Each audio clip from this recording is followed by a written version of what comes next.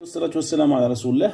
في هذا الفيديو سوف نتناول أو نتطرق إلى البروتوكول التجريبي التالي، اللي هو تحضير محلول انطلاقا من محلول تجاري، أي أنه لديك محلول تجاري عنده V0 و C0، أي حجم وتركيز. تركيز طبعا يكون كبير، نقوم بتمديده أو تخفيفه لنتحصل على هذا المحلول اللي عنده V1 و C1. C1 طبعا يكون أصغر من C0 لأن خففناه، والV1 أكبر من V0.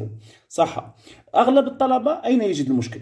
في المحلول التجاري راح يعطيك يا جماعة دي اللي هي الكثافة أو دوسيتي، بي درجة نقاوة، الكتلة المولية اللي ام تاع المحلول التجاري تلقاها في العلبة. صح. حنا رانا مددنا، إذا قانون التمديد ما هو؟ C0 V0 يساوي C1 V1. ديريكت يا جماعة نبداو بالتمرين.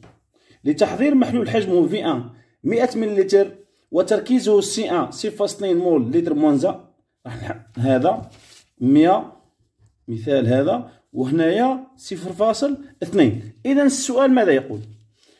انطلاقا المحلول التجاري، إذا هذا تحصلنا عليه انطلاقا المحلول التجاري أو بتمديد هذا المحلول التجاري. هذا المحلول التجاري في العلبة يوجد بي والدي والام كما حكينا سابقا. ما هو حجم V0 من المحلول التجاري لازم استعماله؟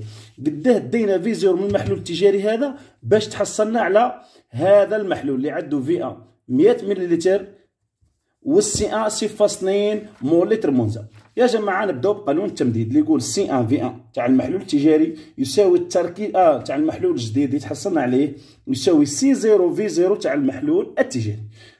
إذا حنا نبحث ماذا؟ عن V0. إذا V0 ماذا يساوي؟ C1 V1 على C0. C1 V1 هم عندنا C0 ما عندناش يا جماعة، عندنا قانون اش يقول؟ C0 تاع المحلول التجاري يساوي 10 في البي في الدي، واش عطاها لك؟ والام. إذا هاي ليك C0 10 بي دي في على ام. إذا إخوتي الطلبة هنا خلاص تطلع الام هنا.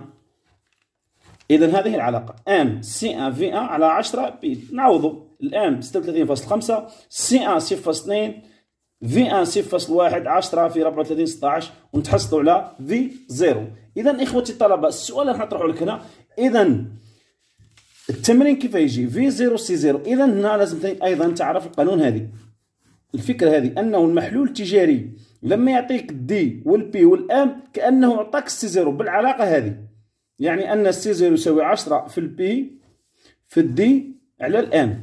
إذا في التعليق اكتبوا لي V0 قد لقيتهم ونتناقشوا بإذن الله. والسلام عليكم ورحمة الله تعالى وبركاته.